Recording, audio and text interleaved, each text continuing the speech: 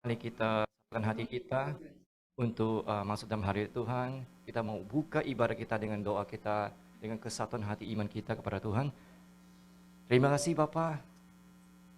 Dalam nama Yesus, kami ucap syukur Tuhan untuk hari yang indah ini Tuhan. Hari yang baik telah Tuhan berikan kepada setiap daripada kami, anak-anak-Mu Tuhan. Kami ucap syukur kebaikan Tuhan, kemurahan Tuhan, belas kasihan Tuhan, bahkan favor Tuhan yang terus Tuhan nyatakan. Bahkan kasih Tuhan yang terus melimpah. Ucap syukur kami yang semakin melimpah dalam kehidupan kami semua Bapa. Terima kasih untuk perlindungan, penjagaan, pemulihan, kesembuhan yang telah Tuhan terus Tuhan berikan dalam kehidupan setiap daripada kami Tuhan. Tuhan, kami mau membuka ibadah kami Tuhan di dalam nama Yesus. Kami minta Tuhan, kamu sembunyikan hamba-Mu, Pastor Stefanus, di bawah salib-Mu. Kau pakai dia Tuhan, supaya untuk menyatakan kehendak-Mu, rencana-Mu Tuhan. Khususnya ke gereja tubuh-Mu IFGF New York ini Bapa. Kau pakai, kau berkati dia Tuhan. Biar Roh Kudus-Mu Tuhan akan menyatakan hal-hal yang baru, pewahyuan, rahasia-Mu Tuhan mengenai tubuh-Mu ini Bapa. Dan mengenal setiap anak-Mu tempat ini Tuhan. Kau juga urapi berkati Cik Lilingo dan Jessica yang kan mau pujian penyembahan dan juga setiap pemain musik-Mu Tuhan, setiap melayani Engkau. Kau pakai mereka Bapa supaya mereka melayani Engkau Tuhan. Supaya Tuhan dipermuliakan, ditinggikan, diagungkan Tuhan, disembah di tempat ini Tuhan. Baik kami yang online mau onsite nih Bapak, dan ibadah kami Tuhan yang tertuju kepada Yesus Kristus, dan kami mau mataikan doa kami di dalam nama Yesus Kristus. Haleluya. Amin. Selamat pagi jemaat FGF. Siapa yang merasa diberkati Tuhan pada pagi hari ini? Tuhan Yesus baik. Mari kita sama-sama bangkit berdiri. Kita memuji, menyembah Tuhan pagi hari ini. Terima kasih Tuhan. Jiwa kami haus Tuhan untuk mencari Engkau. Tuhan Engkau Allahku.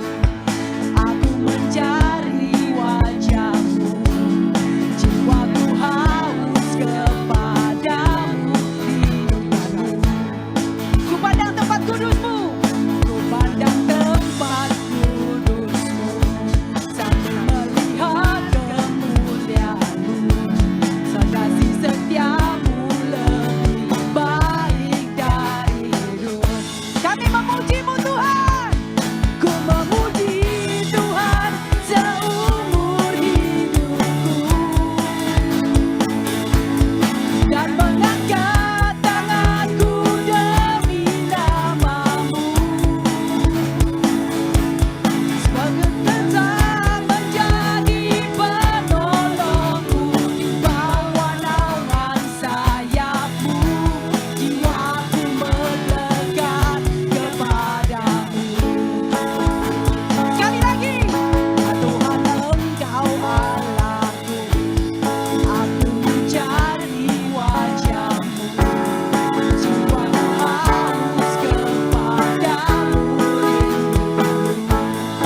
Come on! Ku pandang tempat kudus-Mu, sambil melihat kemuliaan-Mu, dari lebih dari hidup. Ku memuji Engkau Tuhan, ku memuji Tuhan seumur hidupku, dan menaikkan tangan kami Tuhan, dan tanganku demi namamu. Segenap menjadi penolongku, di bawah naungan sayap-Mu, jiwaku melekat kepadamu. Ku memuji-Mu, ku memuji Tuhan seumur hidupku,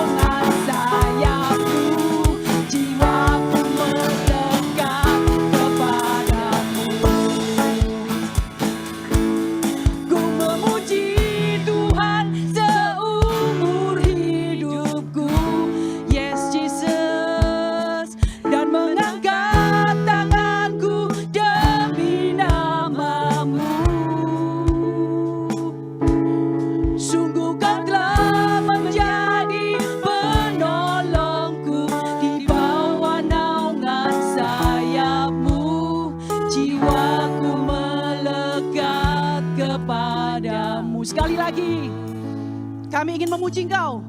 Ku memuji Tuhan seumur hidupku dan mengangkat tanganku demi nama-Mu. Sungguh Kau telah menjadi penolongku, di bawah naungan sayap-Mu jiwaku melekat kepadamu. Yes, ya Tuhan, jiwa kami melekat padamu, Yesus. Terima kasih Tuhan Yesus. Kami ingin menyembah-Mu lebih lagi Tuhan. Amen. Yes, Lord. Tuhan, Engkau penolong kami Tuhan. Engkau selalu ada di saat-saat kami terpuruk. Oh Tuhan Yesus, tak sedetik pun Engkau meninggalkan kami Yesus. Thank you, Lord Jesus. Engkaulah penolong kami Tuhan. Terima kasih Tuhan. Engkau selalu hadir dalam setiap musim hidup kami Yesus. Terima kasih Tuhan. Mari kita sembah Dia. Musim akan selalu berganti, kasih Tuhan tetap abadi,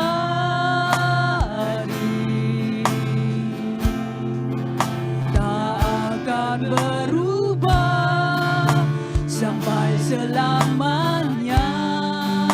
Ku tetap percaya Tuhan Yesus memberkati.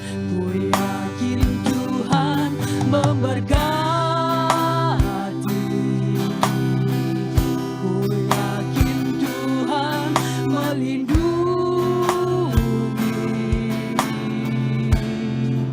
Burung di udara Tuhan pelihara, karena kasih-Nya Tuhan selalu menolong kami. Tuhan selalu menolongku, selalu menjagaku.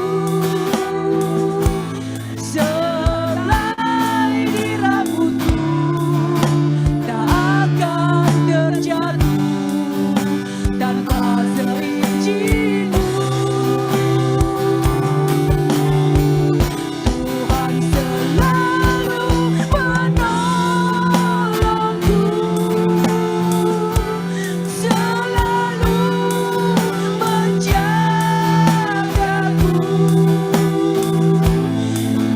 Dia mengenyangkanku dan peliharaku seumur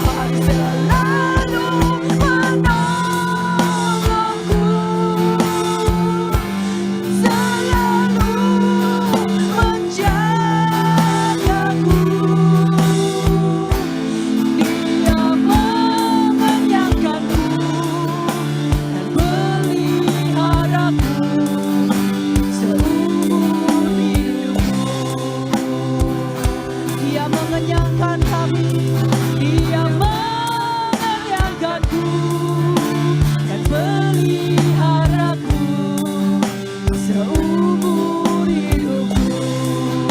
Oh, Dia mengenyangkanku dan peliharaku seumur hidupku. Terima kasih Tuhan. Terima kasih Tuhan, Kau selalu ada buat kami, Yesus. Kami bersyukur punya Allah seperti Engkau, Tuhan Yesus. Kami bersyukur punya Allah yang setia. Terima kasih Yesus. Beri kemuliaan pada Tuhan kita. Terima kasih Tuhan. Thank you Jesus. Oh Jesus, You the way maker. You heal our heart. You heal our soul. Thank you, Jesus. Let's worship Him. Oh, Jesus. You are here. You are here. Oh,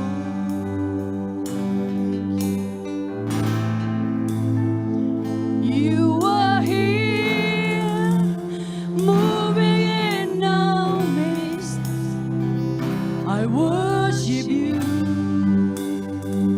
I worship You. You are here, working in this place. I worship You. I worship You. Once more. You are here, moving in our midst. I worship You. Yes, Lord, we worship You.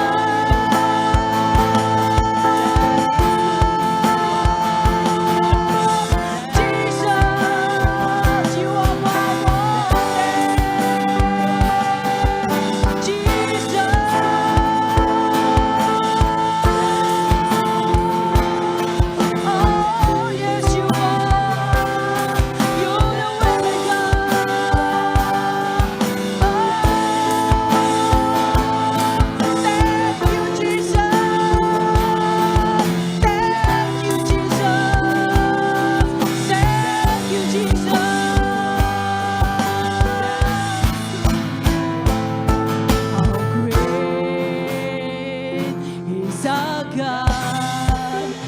Sing with me, how great is our God.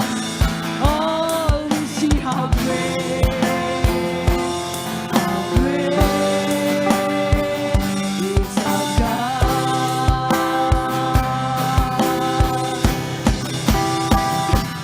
How great is our God. Sing with me,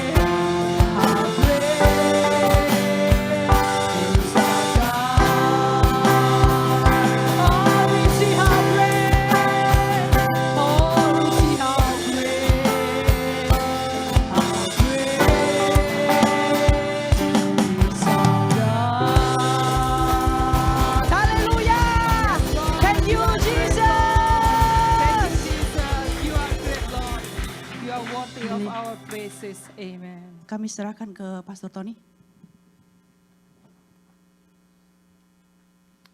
Terima kasih tim worship, berikan tepuk tangan untuk tim worship. Silakan duduk. Selamat pagi semuanya, selamat datang di ibadah kami FGF. Pagi hari ini kita akan dilayani oleh hamba Tuhan yang mungkin saudara sudah kenal juga, yaitu Pastor Stefanus Sujono, di mana beliau ini berposisi di Jogja ya. Berarti sekarang ini jam 10.30 malam di sana. Saya mengucapkan terima kasih untuk Pastor Sujono yang sudah bersedia melayani kami pada pagi hari ini, dan juga selamat datang untuk Pastor Henry Suhadi dari AFGF Toronto. Berikan tepuk tangan untuk kedua pastor ini ya yang sudah boleh bergabung dengan kita pada pagi hari ini. Sebentar kita akan memperdengarkan dari firman Tuhan. Mari kita siapkan hati, pikiran, dan kita yang di sanctuary bisa kita melihat dari screen, dipersiapkan.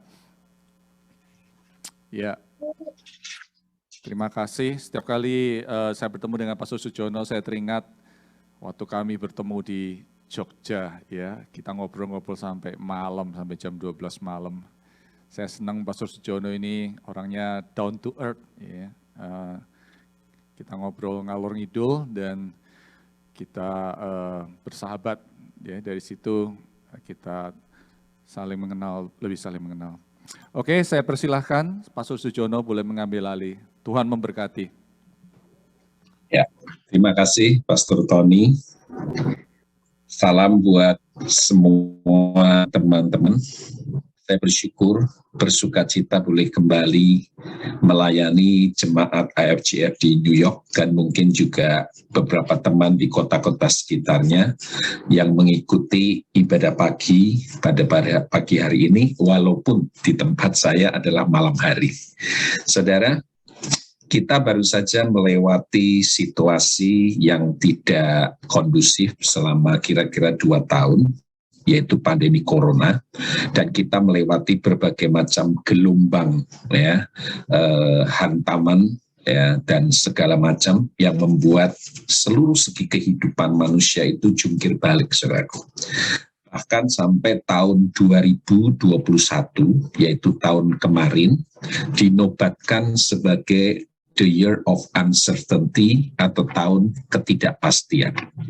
Memang semua menjadi serba tidak pasti, ya, ekonomi nggak pasti, kesehatan nggak pasti, hubungan sosial menjadi tidak pasti, ya, pendidikan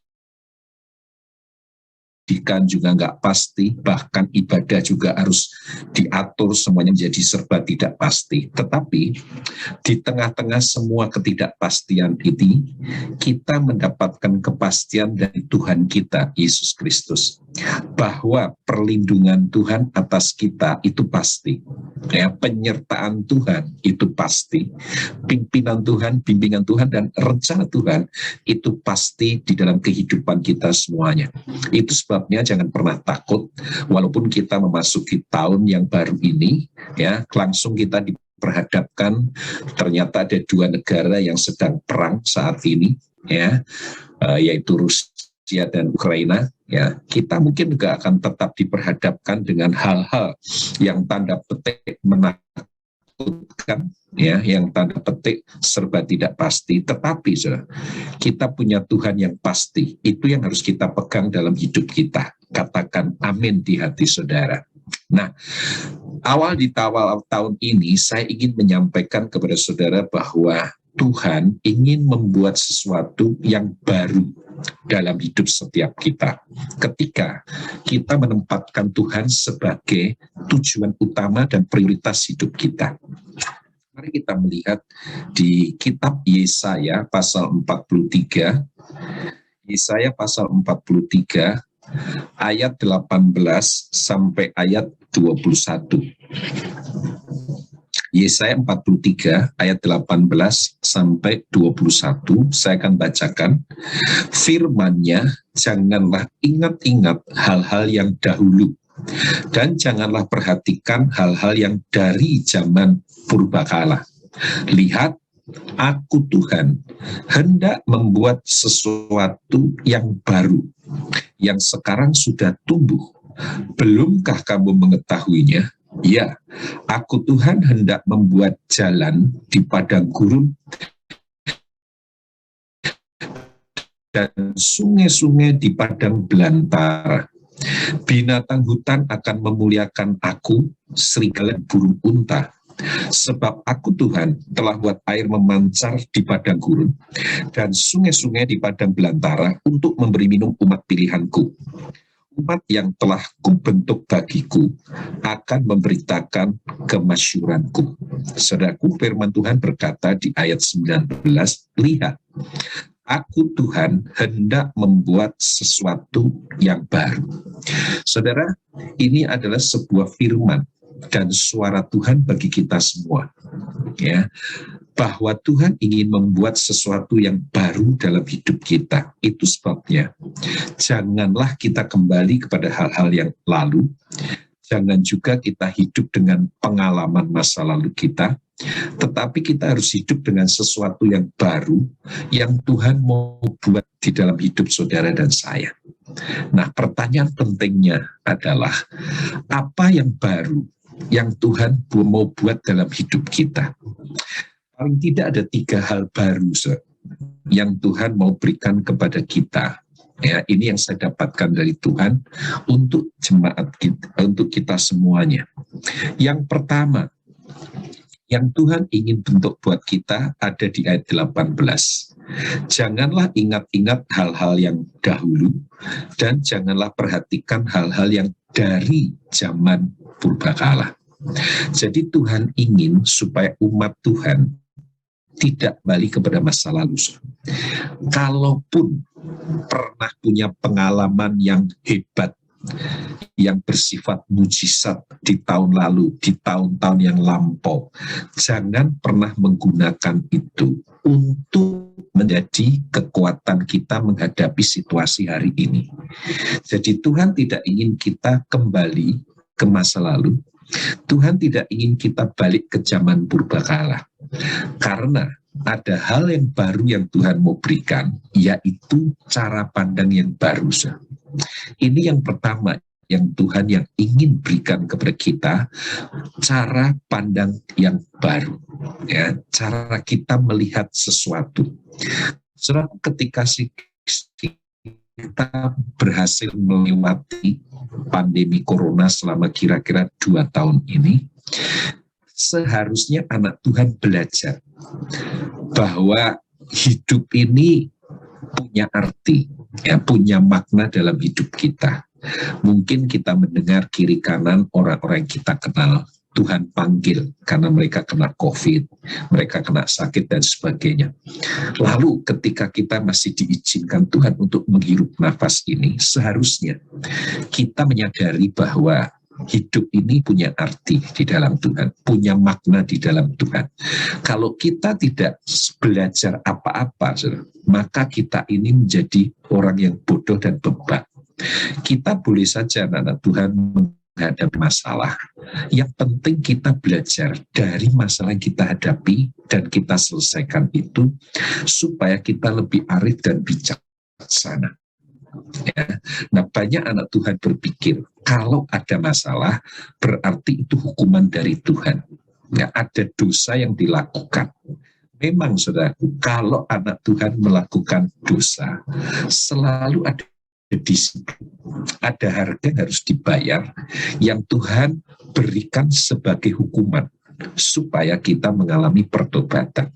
Tetapi ada waktu-waktu di mana ketika kita tidak melakukan dosa, Tuhan izinkan kita menghadapi masalah. Jadi saudaraku, tidak selalu ketika kita berhadapan dengan masalah, artinya kita berdosa. Artinya kita memberontak dan kita melakukan pelanggaran atau kesalahan. Nah, cara pandang yang baru adalah ketika Tuhan izinkan ada masalah, Tuhan punya tujuan supaya saudara dan saya ya bisa lebih dewasa, lebih kuat, lebih memiliki iman yang teguh, lebih bergantung dan berharap kepada Tuhan. Jadi masalah adalah jalan menuju kepada kemenangan. Masalah adalah jembatan untuk kita menuju kepada kedewasaan, lebih kuat, lebih tegar, lebih prepare, siap untuk menghadapi apapun, dan kita menjadi orang-orang yang tidak mudah menyerah. Ini adalah sebuah cara pandang yang baru, saudaraku, yang membuat kita lebih siap menghadapi tahun ini. Saya tertarik dan mendapat inspirasi, saudara, dari sebuah kisah tentang penciptaan mie instan pertama di dunia yang akhirnya melahirkan sebuah perusahaan makanan raksasa di dunia. Namanya adalah Nissin. Saudara pasti pernah mendengar perusahaan yang namanya Nissin. Saudara. Ini ada di berbagai negara, di Indonesia juga ada. Ya. Nah, siapa pendirinya? Ya, pendirinya adalah orang Taipei di Jepang, namanya Momofuku Ando. Nah, Pak Ando ini, saudaraku, satu kali dia melihat sebuah situasi yang membuat dia berpikir dan ingin memberikan jalan keluar. Kejadian itu terjadi setelah Perang Dunia Kedua selesai, barusan, karena mereka dibom sudah oleh Amerika. Sudah ingat ya, Hiroshima, Nagasaki dibom, ya, ratusan ribu orang meninggal, yang lainnya cacat, ekonomi jadi hancur, negara itu juga jadi rusak dan hancur, saudaraku, dan mereka harus membangun tahap demi tahap. Nah, sesaat setelah Perang Dunia II selesai, masyarakat Jepang itu semuanya dalam kondisi bangkrut, dalam kondisi yang menderita secara ekonomi. Jadi hampir tiap hari ada antrean makanan yang pemerintah berikan kepada masyarakat Jepang supaya mereka tidak mati kelaparan.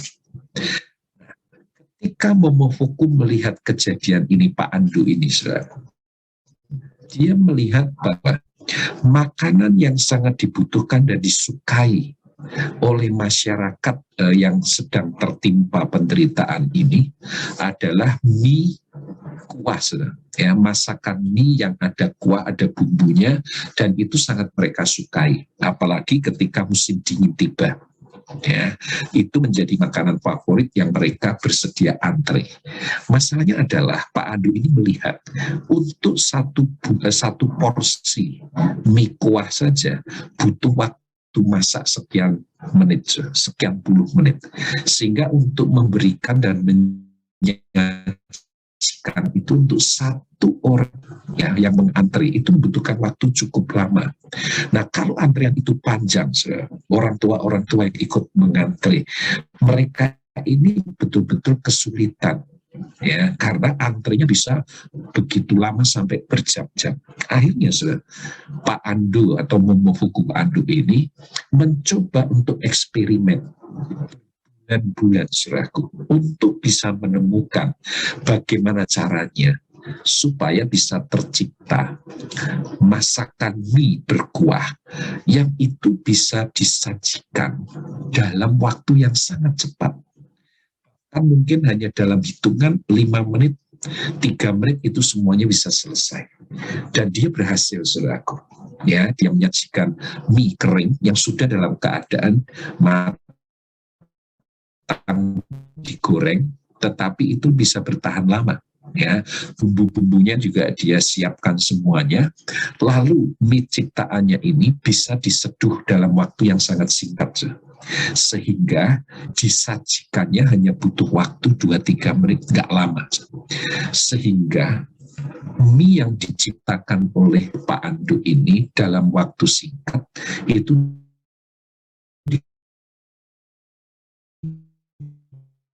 dikenal oleh seluruh masyarakat Jepang dan sangat disukai. Dan chicken ramen atau di Jepang disebutnya chicken ramen, ya, dan ternyata ini adalah mie instan pertama di dunia. Jadi ternyata mie instan pertama di dunia itu bukan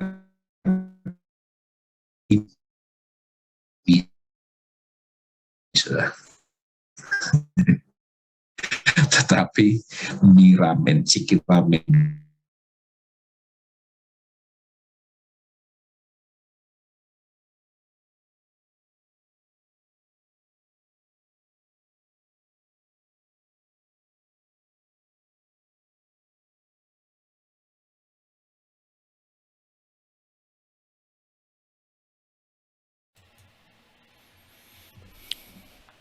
Saudara-saudari mohon bersabar ya. Mungkin di pihak Pastor Sujono ada problem dengan connection.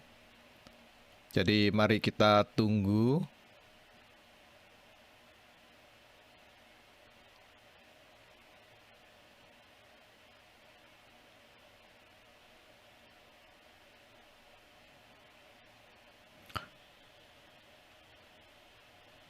Pastor Henry, gimana suaranya Pak Pastor Sujono? Putus-putus Iya, ya? tadi putus-putus dan makanya saya mencoba bolak-balik. Ternyata dari sana ya. Dari sana ya, internetnya slowing down di sana. Mungkin Ya, malam betul. hari banyak yang gunain internet ya. Iya, betul. Iya. Saya lagi bingung dengan internet saya tadi. Saya pikir internet saya yang salah. Ya. Tadi pagi-pagi saya nyoba juga udah ada problem gitu loh. Saya ngomong sama Pastor Sujono untuk keluar dulu, masuk lagi. Tapi Iya, ternyata memang internetnya mereka slowing down di sana. Iya. iya. By the way, apa kabar Pastor? Baik, terima kasih Pak Peter. Luar Iya, biasa. puji Tuhan. Nah ini Pak Ya, ini Sujono udah Pak nyambung Sujono lagi. masuk lagi ya. Ya.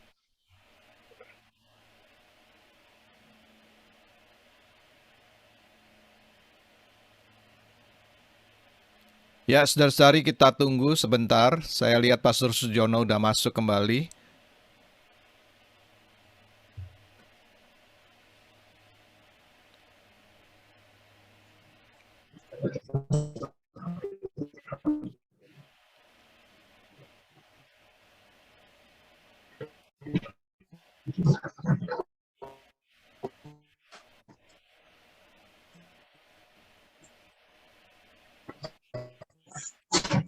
Mungkin videonya boleh dimatikan Pastor Sujono, jadi audio saja, jadi bisa lebih jelas sekali. Bandwidth-nya mungkin nggak cukup.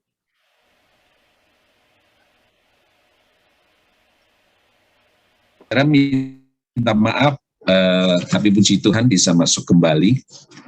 Saya lanjutkan, saudaraku, bahwa penemuan betul-betul, saudaraku,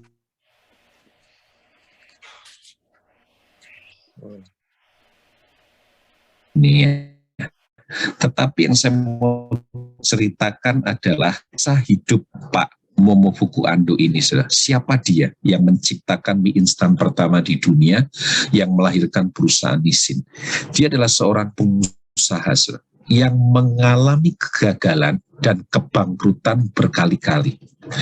Dia pernah merintis satu usaha dan sukses luar biasa. Tetapi dia difitnah, saudara. Nah, akibat dari fitnah itu karena ada orang iri, itu menyebabkan dia kehilangan aset-asetnya dan dia bangkrut. Tetapi dia nggak pernah menyerah, saudara.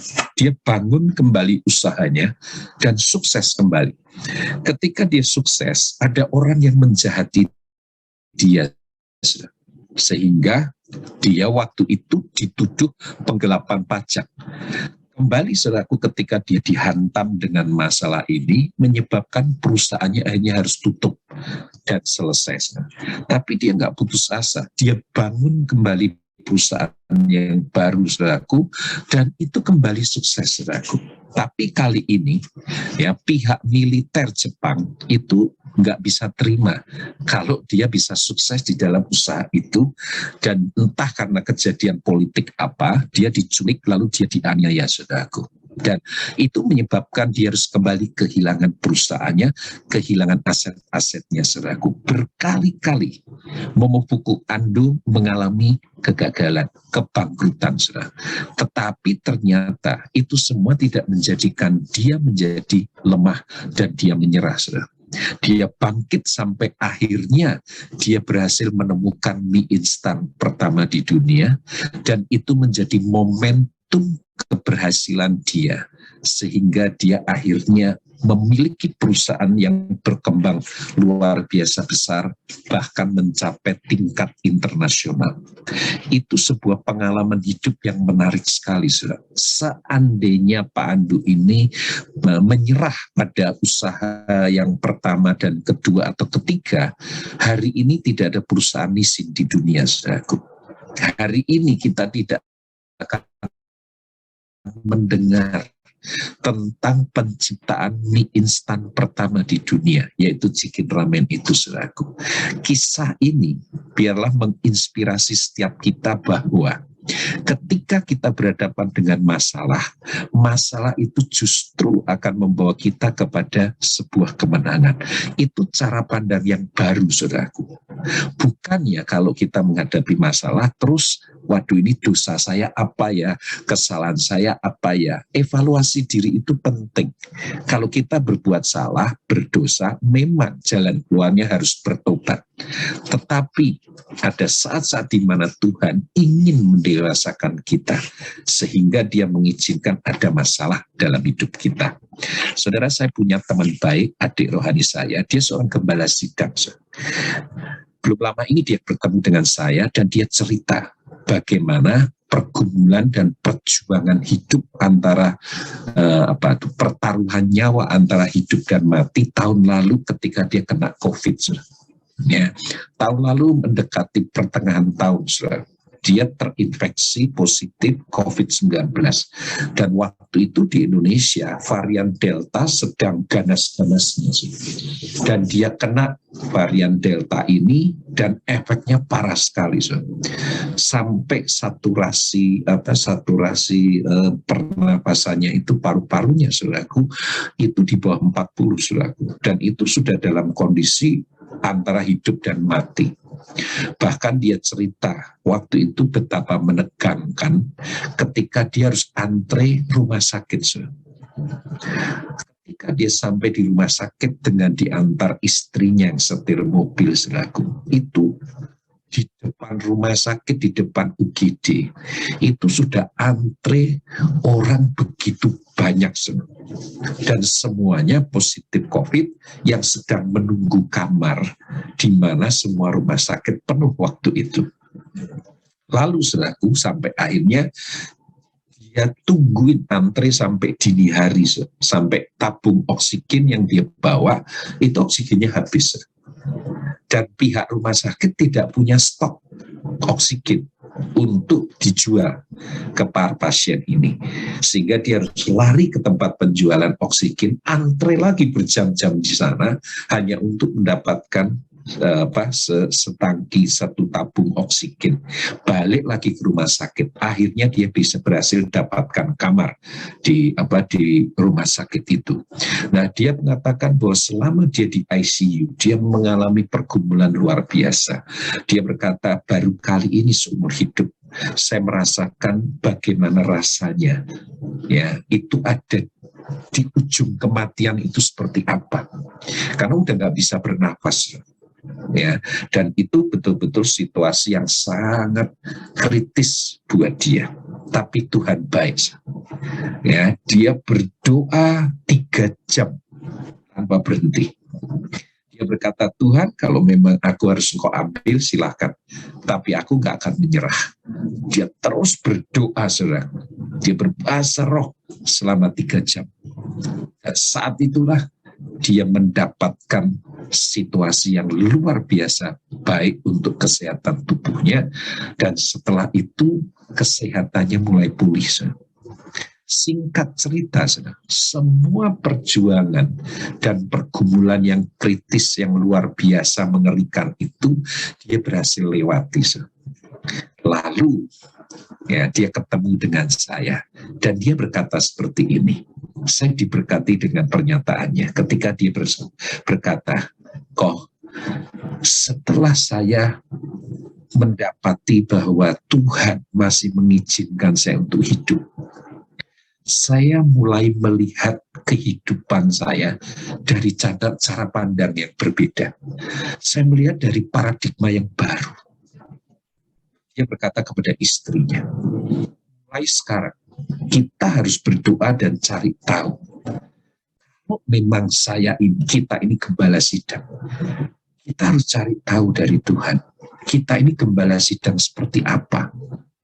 Kita ini hamba Tuhan yang seperti apa? Kalau kita diizinkan Tuhan untuk menggembalakan sebuah sidang gereja, gereja seperti apa yang harus kita gembalakan? Gereja dengan visi dan tujuan Tuhan seperti apa yang harus kita bangun? Saya tidak mau lagi melakukan pelayanan yang seperti saya pikir, tapi saya mau membangun pelayanan seperti yang Tuhan pikirkan. Dia berkata, setelah saya berhasil selamat dari COVID-19, yang paling berubah dari hidup saya, dia berkata, adalah cara pandang saya tentang kehidupan. Cara pandang saya tentang rencana Tuhan dan tujuan Tuhan dalam hidup saya. Cara pandang saya tentang pelayanan itu berubah semua 180 derajat. Saat itulah Tuhan memberikan cara pandang yang baru. Jadi hal baru yang Tuhan mau beri kepada kita, saudara, itu adalah cara pandang baru. Yang kedua, saudara, apa yang Tuhan mau beri kepada kita? Yang kedua, ayat 19, saya ulangi. Lihat, aku hendak membuat sesuatu yang baru, yang sekarang sudah tumbuh. Belumkah kamu mengetahuinya? Ya, aku hendak membuat jalan di padang gurun dan sungai-sungai di padang belantara. Perhatikan, aku Tuhan hendak membuat jalan di padang gurun. Padang gurun dan sungai di padang belantara itu, saudara, Tuhan mau buat jalan. Ini luar biasa. Hal baru kedua yang Tuhan mau beri buat umat Tuhan adalah jalan baru. Yang pertama adalah cara pandang baru. Yang kedua adalah jalan baru. Ketika dunia kekristenan juga digoncang oleh pandemi corona, pelayanan harus berubah. Sistemnya, metodenya, cara pelayanan dijungkir balikkan oleh situasi dan keadaan, dan itu seizin Tuhan semuanya. Sekarang gereja harus mulai memikirkan bagaimana melayani dengan teknologi. Ya, kita dulu tidak pernah berpikir bagaimana ini semuanya akan berubah. Tapi pandemi corona membuat kita akhirnya jadi memahami, mengerti bahwa ternyata ada hal-hal baru yang Tuhan buka jalan supaya kita bisa melakukan pelayanan secara online. Ya, saya ingat betul ya bahwa saya ketemu Pastor Tony, Pastor Henry itu akhir tahun 2019. Ya, waktu itu menjelang COVID-19 pertama kali terjadi di Wuhan, China, lalu kemudian menyebar ke seluruh dunia. Saya ketemu dengan beliau-beliau ini ketika saya melayani Camp Pria untuk hamba-hamba Tuhan di daerah Pennsylvania. Ya, nah waktu itu saudaraku, saya terbang dari Indonesia menempuh perjalanan yang begitu panjang, berjam-jam, bahkan lebih daripada 20 jam. Lalu kemudian dari New York, lalu Pennsylvania, Philadelphia, harus terbang lagi ke Denver. Dari Denver saya terbang lagi ke LA, saya melayani di sana 2 gereja, lalu baru saya kemudian balik ke Indonesia. Dibutuhkan waktu yang sangat panjang, dibutuhkan keuangan yang sangat besar, dibutuhkan tenaga, waktu, pikiran, dan itu semuanya dalam jumlah yang besar, tidak kecil. Ya, itu waktu itu ya, kalau tidak ada waktu yang panjang, tidak ada uang buat beli tiket dan sebagainya, tentu tidak bisa melakukan pelayanan seperti itu. Tapi malam hari ini saya bisa mengunjungi saudara di kota New York. Saya bisa mengunjungi saudara dalam hitungan hanya sepersekian detik kita bisa bertemu, tatap muka lewat layar kaca, ya. Tetapi saya nggak perlu terbang, saya nggak perlu keluar uang tiket Ya, saudara tidak perlu mengeluarkan uang tiket buat saya dan sebagainya. Saya tidak perlu mengeluarkan waktu yang panjang. Tapi ini semua bisa terjadi. Kenapa? Karena ini jalan baru yang Tuhan beri, saudaraku.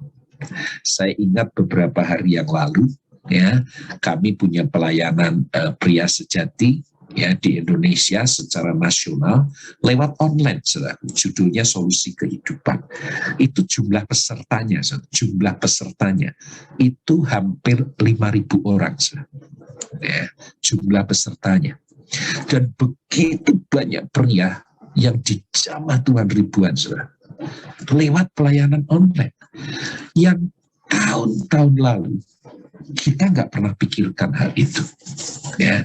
Tapi sekarang Tuhan buka jalan ke arah hal itu. Jadi tahun ini Tuhan akan membuat hal baru dalam hidup saudara, yaitu jalan baru. Di depan saudara tidak akan pernah ada jalan buntu, itu janji Tuhan. Kalaupun saudara sedang bergumul dan menghadapi masalah, Tuhan akan membuka jalan baru di depan saudara. Seorang anak Tuhan, saudaraku, dia bersaksi. Dia ini pengusaha yang berkecimpung di dunia komputer, di dunia teknologi. Jadi dia jualan handphone, dan konter-konter dia tempat dia berjualan handphone itu banyak sekali, bisnisnya besar. Ya, dia distributor besar dari handphone, saudara. Nah, dia itu sewa konter-konter di mall-mall. Berapa banyak mall yang dia sewa, bahkan di satu mall, saudara, dia bisa punya konter HP beberapa. Ya, sehingga penjualannya itu, saudaraku, itu dalam jumlah besar. Karena konternya itu banyak sekali, saudara. Nah, tapi waktu pandemi corona terjadi, mal-mal itu tutup semua. Dia nggak bisa jualan handphone. Karena jualannya itu di mal. Sudah ditutup dan tidak bisa jualan, dia masih harus diperhadapkan dengan biaya yang sangat tinggi karena sewa malnya tidak bisa dibatalkan. Ya, lalu karyawannya begitu banyak, saudara. Dia harus gaji mereka. Dalam kondisi yang sangat kritis ini, dia berdoa. Dia berdoa, lalu dia minta supaya Tuhan membuka jalan baru. Dia kejar Tuhan, dia cari Tuhan, dia betul-betul menangis di hadapan Tuhan, dia berlutut, saudaraku. Dia hancur hati, dia berkata, Tuhan, aku harus bisa tetap menggaji karyawanku. Karena aku ini orang Kristen, aku anak Tuhan. Mereka tidak boleh menderita, karena mereka kerja dengan aku orang Kristen. Tiba-tiba, Tuhan tuh kasih insight, kasih pencerahan. Kenapa kamu nggak coba jual melalui online?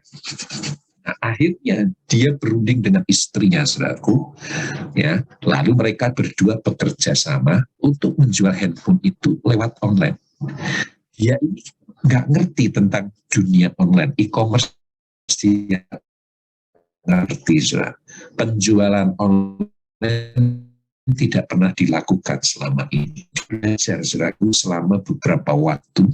Dan ternyata Tuhan si hikmat di situ. Akhirnya dia mulai jual online, iseng-iseng, saudaraku. Jual 1, 2, laku ternyata 10, 20. Dan itu ternyata cepat sekali pertumbuhannya, saudara. Dalam waktu singkat bisa terjual 100 unit, 200 unit. Dan sampai akhirnya, saudara tahu dia bersaksi. Bapak mau tahu nggak? Bahwa penjualan handphone online saya ternyata lebih besar dibanding omset penjualan handphone yang offline yang saya lakukan di counter-counter di mall. Bayangkan, saudara, online-nya, omsetnya lebih gede, jauh lebih besar daripada jual di mall. Sementara jual itu gratis, nggak ada biayanya, kosnya sangat rendah sekali. Tapi jual di mall, sewa di mall itu mahal. Gaji karyawan-karyawan itu banyak, karyawan banyak sehingga jumlah butuh dana besar, gaji yang besar. Tapi dengan online, saudaraku, dia bisa memangkas ongkosnya, fixed cost-nya itu luar biasa signifikan. Tapi omset penjualannya itu lebih tinggi. Dan dia berkata, saya nggak pernah bermimpi, saya bahkan tidak pernah sedikit pun berpikir waktu itu, saya kan jualan online. Dan dia berkata, mengakhiri kesaksiannya, dia berkata, kalau saudara tanya saya, apa yang menjadi rahasia keberhasilan saya menjual handphone online, bahkan mengalahkan penjualan saya di mall? Jawabannya cuma satu, Tuhan yang buka jalan itu. Jadi jangan pernah takut dengan situasi ini. Tuhan akan membuka jalan baru buat saudara. Jadi yang pertama, cara pandang baru. Kedua, jalan baru. Yang ketiga, ayat 21, Yesaya 43 ayat 21.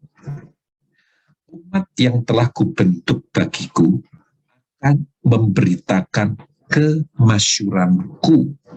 Saya ulangi, umat yang telah kubentuk bagiku akan memberitakan kemasyuranku, kemasyuran Tuhan. Hal baru yang Tuhan mau buka dalam hidup saudara adalah pengaruh baru, influence, pengaruh. Dan itu mungkin saudara tidak pernah pikirkan sama sekali, tetapi itu akan mewarnai hidup saudara. Saudara, kami ini punya pelayanan di lereng Gunung Merapi. Ya, itu gereja yang saya rintis sekarang ini. Saya pernah ngobrol dengan Pastor Tony waktu beliau mampir di Jogja. Ya, dan saya sempat ceritakan pelayanan saya sekarang ini, orang-orang sederhana yang saya layani, saudaraku. Ya, tetapi ada banyak mujizat yang Tuhan kerjakan. Ya, ada orang gila dipasung 17 tahun sembuh karena didoakan orang-orang sederhana ini. Ya, ada banyak hal yang luar biasa yang Tuhan kerjakan. Nah, sekali waktu saya dengan istri saya berkunjung ke sana dan mengikuti komunitas sel mereka. Ya. Lalu sebelum kami mulai, saudaraku, ada seorang ibu-ibu datang. Ya. Lalu kami diperkenalkan oleh pemimpin komsel itu, sel grup itu, dengan si ibu yang datang ini. Lalu rupanya, saudaraku, dia datang itu untuk minta didoakan. Ya, setelah kami berdoa buat dia, kami ngobrol, saudaraku. Apa yang diceritakan ibu ini betul-betul menyentuh hati saya, saudara. Ibu ini rupanya menderita satu penyakit, saudara.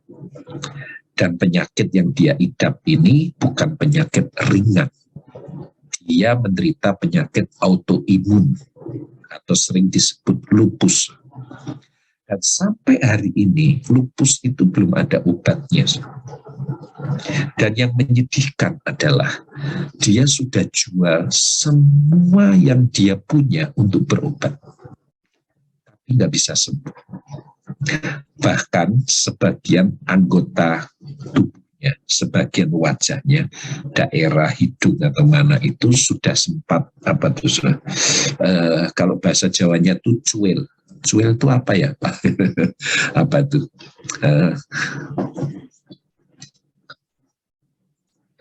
Sebagian, ya, hilang sebagian akibat dari penyakitnya ini. Yang lebih menyedihkan lagi, bukan hanya hartanya yang habis, tetapi dia dikucilkan oleh masyarakat di desa itu.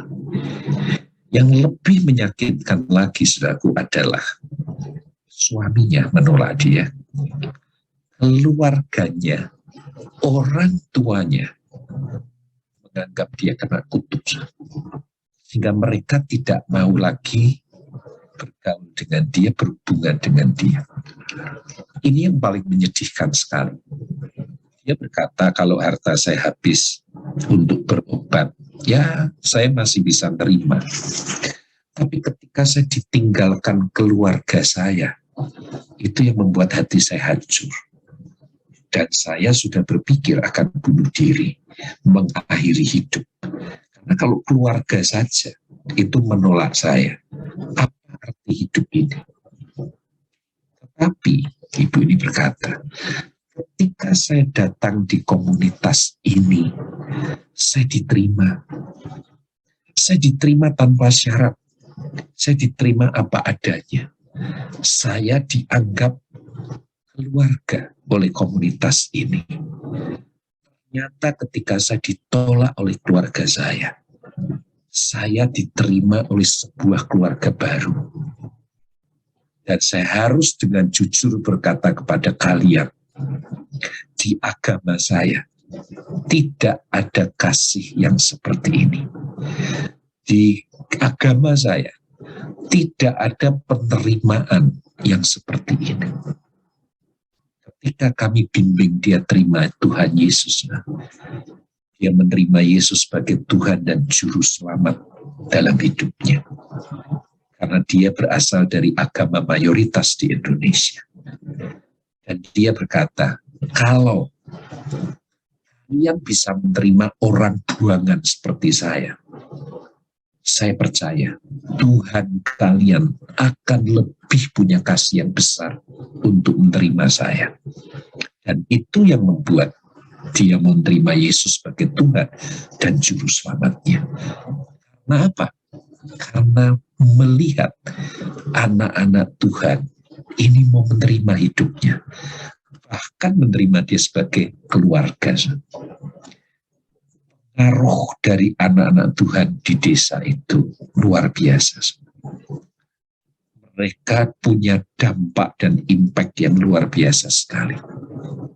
Ketika mereka mengunjungi tetangga mereka, bahkan yang bukan non-Kristen sekalipun, seringkali permintaan mereka adalah tolong doakan kami. Karena Tuhan kalian itu Tuhan yang hebat, Tuhan yang luar biasa. Jadi saya bisa bayangkan orang yang bukan Kristen minta didoakan oleh anak-anak Tuhan ini dengan berkata, Tuhan kalian Tuhan yang hebat, Tuhan yang luar biasa. Ya. Saudara, hal baru yang Tuhan mau berikan kepada saudara adalah cara pandang baru, jalan yang baru, dan pengaruh baru. Saya masuk kepada poin yang terakhir. Bagaimana caranya? Apa yang membuat, apa rahasia supaya hal-hal baru yang Tuhan sudah siapkan dalam hidup kita ini betul-betul kita alami dan betul-betul kita menghidupi sesuatu yang baru, 3 hal baru dari Tuhan tadi. Ada 2 hal yang saya mau sampaikan kepada saudara. Yang pertama, bangun disiplin rohani.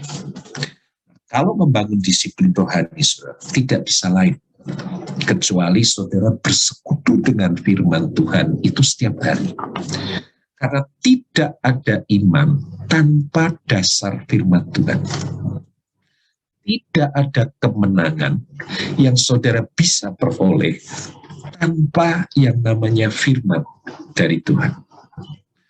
Firman itu adalah dasar dari segala sesuatu.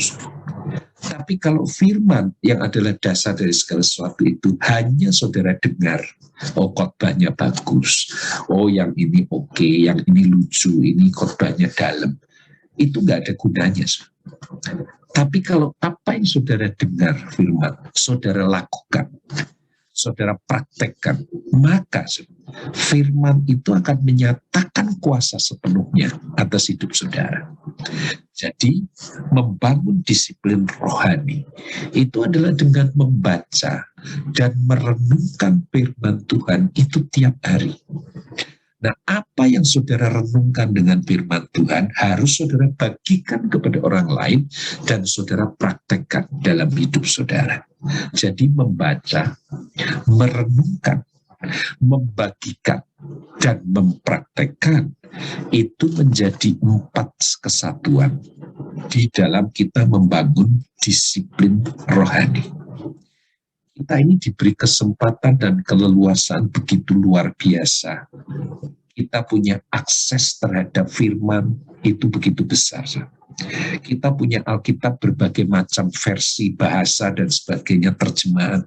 Tapi apakah firman itu menjadi mana yang saudara makan setiap hari, saudara cerna, saudara lumat, saudara meditate, saudara renungkan, bagikan, dan praktekkan? Itu pertanyaannya. Ada seorang gadis usianya kira-kira 12-13 tahun. Dia sangat cinta firman Tuhan. Tapi sayang, dia adalah gadis yang matanya cacat. Dia buta. Satu hari, dia begitu sukacita karena ada orang yang memberi kepada dia sebuah kitab, yaitu kitab Markus. Kitab Markus ini ditulis dalam huruf Braille. Memang untuk orang buta bisa membacanya. Hanya kitab Markus, nggak ada kitab yang lain. Karena Alkitab dalam huruf Braille zaman itu sangat sulit sudah didapatkan dan sangat mahal. Ada orang yang mengenal gadis buta ini, bahwa dia begitu cinta firman Tuhan, diberikanlah kitab Markus dalam huruf Braille. Betapa sukacitanya gadis kecil ini yang tinggal di Prancis ini. Dia tiap hari baca kitab Markus dengan sentuhan ujung jarinya. Huruf Braille itu. Dari pasal 1, pasal 2 sampai pasal terakhir diulang lagi baca. Entah sudah berapa kali dia bolak-balik. Tapi dia nggak pernah bosan. Setiap kali dia membaca, merenungkannya, saudaraku, lalu dia bagikan kepada orang lain. Dia begitu bersuka cita. Tapi satu hari, dia begitu terkejut dan sedih. Sampai dia meneteskan air mata. Kenapa? Karena ujung jarinya yang selama ini dia pakai beraktivitas untuk membaca, itu mengalami mati rasa.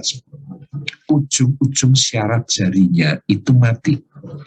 Dia nggak bisa lagi mengenali tonjolan huruf-huruf Braille ini dengan jari tangannya. Dia coba berulang-ulang tapi nggak mampu. Karena syaratnya udah mati. Ini membuat dia sedih, hancur hati. Akhirnya dia angkat kitab Markus ini, saudaraku. Lalu dia dekatkan di mulutnya. Lalu dengan bibirnya dia cium kitab Markus ini sambil mengatakan, "Selamat tinggal firman Tuhan yang aku cintai." Ketika dia cium, bibirnya mencium huruf Braille di kitab Markus ini, dia kaget. Gadis ini kaget. Kenapa? Karena ternyata bibirnya itu bisa membedakan, bisa merasakan tonjolan-tonjolan huruf Braille. Hari itu dia mendapatkan penemuan bahwa ternyata manusia itu bisa lebih peka di dalam merasakan dibanding ujung jari tangan. Dia coba baca kitab Markus itu, huruf Braille itu dengan bibirnya. Dan ternyata itu lebih mudah. Lebih peka, saudaraku. Wah, dia sukacita sekali. Dia nggak jadi kehilangan firman Tuhan, saudara. Dia bisa baca. Dan sejak itulah dia terus membaca kitab Markus ini dengan bibirnya, saudaraku. Saya ceritakan ini supaya saudara dan saya ini malu. Kalau seorang gadis yang buta, yang ujung jari tangannya sudah mati rasa, dan siap untuk putus asa tidak lagi bisa membaca firman Tuhan, ternyata Tuhan kasih dia kesempatan, bibirnya bisa membaca. Dia begitu sukacita karena haus dan cintanya akan firman Tuhan membuat dia sampai berkorban sedemikian rupa. Kita diberi kebebasan. Kita diberikan kesempatan seluas-luasnya terhadap firman. Alkitab di rumah saudara. Saudara mau dengar khotbah yang model kayak apa, itu ada semua. Saudara tinggal buka di internet, ya. Saudara bisa di kebaktian, di ibadah saudara. Saudara bisa baca buku rohani, semuanya saja. Kesempatan itu begitu luas. Hanya pertanyaannya, apakah engkau menjadikan firman itu sebagai prioritas dalam hidup saudara? Apakah saudara membangun disiplin rohani dengan engkau memperlakukan firman Tuhan sebagaimana mestinya, yaitu membaca, merenungkannya, membagikannya, dan mempraktekannya. Yang kedua adalah membangun sikap rohani. Membangun sikap rohani artinya berani berkata tidak kepada dosa dan berani berkata tidak kepada hal-hal yang tidak berkenan di hadapan Tuhan. Saya mau akhiri dengan sebuah kesaksian saudaraku. Saya mengenal seorang pengusaha yang dia kaya raya dan dia mengembangkan bisnisnya dengan luar biasa. Dia bisnis IT dan dia bekerja sama dengan pihak pemerintah di departemen tertentu, dan dari situ dia dapatkan tender-tender. Satu kali tender saudaraku itu jumlah uangnya itu miliaran rupiah. Satu kali tender, ya, bisa ratusan, bisa puluhan sampai ratusan miliar. Dan keuntungan dia juga hitungannya miliar. Sehingga dia diperkaya oleh bisnis yang bertumbuh pesat ini. Di satu hari, dia betul-betul ada di persimpangan mengambil keputusan. Apakah dia akan lanjutkan bisnis ini atau tidak. Dan dia akhirnya mengambil sebuah keputusan radikal. Dia tutup perusahaannya. Padahal perusahaan inilah yang memberikan dia rumah mewah. Perusahaan ini memberikan dia mobil-mobil mewah. Perusahaan ini memberikan dia kehidupan yang nyaman. Ya, liburan ke luar negeri dan sebagainya. Kenapa dia putuskan menutup perusahaan ini? Karena untuk mendapatkan tender, dia harus entertain pejabat. Kalau pejabat itu minta disediakan wanita, dia harus cari wanita. Kalau pejabat itu minta disediakan obat, drugs, dia harus sediakan itu. Dan dia cerita kepada saya, kalau awalnya ketika pejabat itu minta wanita, dia siapin satu, dia sediakan satu. Lama-lama, ketika pejabat itu minta wanita, dia booking 2 wanita. Satu wanita buat pejabatnya, satu wanita buat dia. Pejabatnya berkata, kalau saya saja dengan wanita ini nggak seru, kamu juga harus dengan wanita dong. Gitu. Juga dengan obat-obatan. Dan ini membuat dia tidak sejahtera sama sekali. Ketika satu hari dia mendengar saya khotbah, firman itu menemplak dia, dan firman itu mengubah cara berpikirnya, dan dia sampai kepada sebuah kesimpulan kebenaran bahwa itu sebetulnya bukan dari bisnis, tapi berkat sejati itu datangnya dari Tuhan. Dan dia ambil keputusan tegas, radikal, dia tutup perusahaannya. Bayangkan, perusahaan dengan omset miliaran, dia tutup. Dan dia merintis lagi bisnis yang lain dari nol. Dan dia berkata, saya lebih berbahagia, saya lebih sejahtera sekarang. Apa yang membuat dia berubah, saudara? Firman Tuhan, kebenaran. Itu membuat dia berani mengambil sikap tegas, berkata tidak kepada ketidakbenaran. Akhirnya dia ambil keputusan untuk tutup perusahaannya, dia bangun perusahaan yang lain, yang baru. Tuhan membuktikan dia tidak pernah berutang. Tuhan berkati perusahaan yang baru. Dan dia kembali diberkati lebih daripada perusahaan sebelumnya. Saudara, orang ini membangun sikap rohani dengan benar. Jadi bagaimana supaya saudara dan saya mengalami hal-hal baru dari Tuhan, cara pandang baru, jalan baru, dan pengaruh baru. Bangunlah dua hal dalam hidup saudara. Bangun disiplin rohani, dan bangunlah sikap rohani. Berani berkata tidak kepada dosa dan hal-hal yang tidak berkenan di hadapan Tuhan. Dan membangun disiplin firman Tuhan. Membaca, merenungkan, membagikan, dan mempraktekannya. Mari kita datang kepada Tuhan. Tuhan, di tengah-tengah keterbatasan sinyal internet, hamba-Mu percaya bahwa Engkau berbicara dengan jelas dan kuat bagi umat-Mu. Engkau akan membuat sesuatu yang baru hari-hari ini. Bukan hal-hal yang lama lagi. Bukan hal-hal yang purbakala. Karena Engkau akan memberikan cara pandang yang baru. Engkau juga akan membuka jalan baru, Tuhan. Dan Engkau akan mengurapi umat-Mu dengan pengaruh baru. Biarlah setiap kami datang kepadamu dengan sebuah komitmen untuk kami membangun disiplin rohani dan kami membangun sikap rohani yang benar. Terima kasih Tuhan. Terima kasih. Biarlah ini menguatkan kami dan mengarahkan kami kepada terang yang sejati itu. Jalan yang benar yang Tuhan beri. Terima kasih Tuhan. Kami rindu hal baru yang Tuhan janjikan. Itu kami alami dalam hidup kami di tahun ini Tuhan. Terima kasih Bapa. Di dalam nama Tuhan Yesus, kami sudah berdoa bersyukur.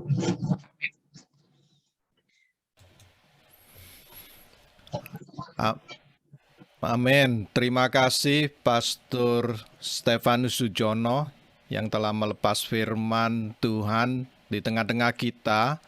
Semoga bejana yang telah dituangkan akan diisi kembali dengan penuh melimpah dan meluber-luber. Dan bagi kita tadi juga disebutkan oleh Pastor Sujono sebagai pendengar firman Tuhan, kita bukan hanya menjadi pendengar, tetapi kita mau menjadi pelaku firman Tuhan ya.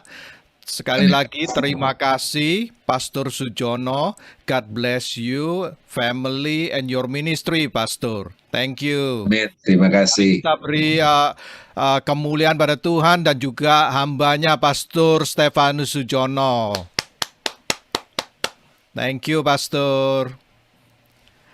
Mari kita lanjutkan penyembahan kita melalui pemberian dan perpuluhan kita ya. Saya persilakan Sister Merim. Silakan Sister Merim. Mari kita satukan hati kita mau berdoa, membawa persembahan, sebelum kita membawa persembahan kita ya di hadapan Tuhan. Terima kasih Bapa, terima kasih Tuhan Yesus, terima kasih Roh Kudus Allah Tritunggal yang kami sembah ya Tuhan, Engkau yang kami agungkan dan kami tinggikan melalui ibadah kami pada pagi hari ini. Kami bersyukur untuk mana surgawi yang sudah turun dari surga itu, firman yang hidup itu ya Tuhan, yang akan terus menjadi hidup di dalam hidup kami, dan hidup kami tinggal di dalam firman itu sendiri ya Tuhan. Berkati hamba-Mu Pastor Stefanus ya Tuhan, dan tambahkan terus pewahyuan ya Tuhan, marifat dari surgawi itu ya Bapa, yang akan bekerja melalui pelayanannya ya Tuhan. Engkau sendiri yang akan menambah-nambahkan urapan yang baru itu terus ada ya Tuhan kepada hamba-Mu ya Bapa. Terima kasih Tuhan, tiba saatnya Tuhan kami mau mempersiapkan persembahan kami ya Tuhan, baik yang kami bawa secara langsung maupun yang kami persembahkan melalui online dan Zelle dan dalam bentuk apapun ya Tuhan. Terlebih kami bawa hati kami dan hidup kami sebagai persembahan yang hidup juga Tuhan. Kami berdoa berkati persembahan yang kami bawa pada pagi siang hari ini Tuhan. Berkati setiap apa yang sudah kami berikan ini supaya boleh menjadi berkat bagi gereja-Mu, berkat bagi pekerjaan-pekerjaan-Mu ya Tuhan, yang akan Kau nyatakan melalui persembahan kami ya Bapa. Terima kasih Tuhan. Ajar kami untuk memberi dengan hati yang penuh sukacita. Ajar kami untuk memberi karena kami mengasihi Engkau. Terima kasih Bapa, terpujilah namamu Tuhan. Kami berdoa di dalam nama Tuhan Yesus. Haleluya, amin. Selamat memberi saudara-saudara. Amin. Terima kasih Sister Merim. Mari kita lanjutkan sedikit pengumuman. Saya persilakan Sister Claudia. Silakan Sister. Thank you, Om Peter. Sorry. Coba aku share dulu. Oke. Pengumuman hari ini, pertama untuk anak-anak kelas grade 7 and up, kita masih ada Teens and Youth Class setiap hari Sunday jam 10.30 bersama Aman, menggunakan Zoom link yang tertera di layar. Untuk Kids Church, kita masih ada setiap di Minggu jam 12 siang setelah ibadah, dan ini untuk anak-anak grade first grade until 6 menggunakan Zoom yang kita gunakan ini. Midweek service kita minggu depan, kita akan dilayani oleh Pastor Lydia Suhardi dari IFGF Toronto, jadi jangan sampai dilewatkan, Rabu depan jam 8 malam. Kemudian hari ini kita ada Women of Virtue yang akan di-host oleh IFGF Washington DC. Untuk jamnya jam 2 siang menggunakan Zoom link yang tertera di layar. Kemudian diingatkan kembali bahwa kita akan ada Next Gen Conference 2022 dengan tema Elevate. Ini khususnya untuk anak-anak muda yang baru fresh graduate atau yang professionals, tepat pada Maret 5, yaitu hari Sabtu, dan bisa dilihat ini adalah nama-nama guest speakers-nya. Untuk pendaftaran masih bisa mendaftar, I believe sampai March 1st, dan kalau mau info lebih lanjut bisa pergi ke IFGF Conference punya Instagram account, dan di sana akan ada link untuk further information dan link untuk daftar. Kemudian gereja akan mengadakan baptisan air bagi yang bersedia dan sudah siap bisa menghubungi Pastor Tony. Baptisannya akan diadakan pada saat anniversary gereja kita yaitu Maret 27. Kembali diingatkan lagi untuk bisa daftar ke Pastor Tony. Oke, happy birthday. Minggu ini kita merayakan ulang tahun James Manopo atau anaknya Om Peter. Happy birthday James. Dan juga Nisi Lauren. Happy birthday Nisi. Lastly, happy anniversary untuk, I'm so sorry, ini salah informasinya. Happy birthday, happy anniversary untuk Civian dan Ko Andreas. Sekian pengumuman hari ini, aku kembaliin ke Om Peter. Terima kasih dari Claudia. Mari kita bergabung kembali ke Sanctuary ya. Silakan Sanctuary take over. Terima kasih untuk Pastor Stefanus Sujono yang sudah melayani kita di pagi hari ini dan memberikan berkat firman Tuhan untuk ditabur dalam kehidupan kita. Kita akan menutup ibadah, mari kita bangkit berdiri.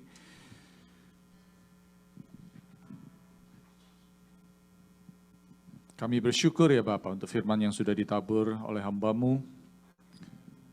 Kami percaya firman itu tidak akan kembali dengan sia-sia. Bila firman itu jatuh di tanah yang subur, bertumbuh 30, 60, 100 kali lipat ya Tuhan. Berkatilah hamba-Mu, Pastor Sujono yang sudah membagikan firman ini dengan berkat damai, sejahtera, kekuatan, kesehatan, kemakmuran untuk seluruh keluarganya, Bapak, dan seluruh pelayanannya. Tuhan akan tambah-tambahkan. Terima kasih. Dan untuk kami semua yang telah mengikuti ibadah ini Tuhan, biarlah kami boleh meninggalkan ibadah ini dengan berkat yang daripada-Mu Bapa. Di Yesaya 44 ayat 3 dikatakan, sebab aku akan mencurahkan air ke atas tanah yang haus dan hujan lebatku atas tempat yang kering. Aku akan mencurahkan rohku ke atas keturunanmu dan berkat ke atas anak cucumu. Mari kita angkat tangan kita untuk terima berkat dari Tuhan. Jemaat terkasih, terimalah berkat dari Allah Bapa, berkat damai sejahtera, ketenangan, kekuatan, berkat dari anaknya Yesus Kristus, berkat kasih setia, keselamatan, berkat daripada Allah Roh Kudus, penghiburan, kuasa, dan kemenangan. Terimalah berkat-berkat ini, pulanglah menjadi berkat bagi orang-orang di sekitarmu.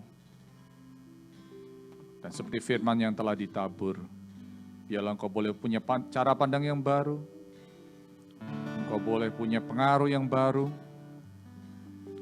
dan engkau boleh kekuatan yang baru untuk menjalankan firman Tuhan. Di dalam nama Tuhan Yesus kami berdoa. Haleluya. Amin.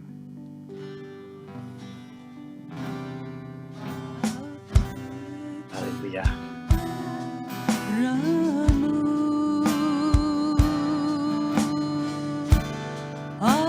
Ajaib Tuhan, Ajaib Tuhan, kami memuji kebesaran-Mu. Ajaib Tuhan, ajaib Tuhan, ajaib Tuhan. Haleluya. Ajaib Tuhan.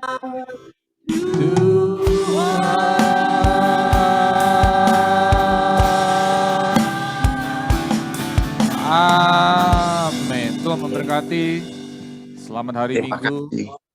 Pak Sujono, terima kasih untuk firman-Nya. Berkat-berkat Tuhan. Amin. Tuhan berkati. Ya, thank you Pastor Tony bisa join. Terima kasih Pastor Henry, Pastor Stefanus, luar biasa. Terima kasih Kita semua. diberkati. Ya, saya mau bicara sedikit, mau mengundang kalau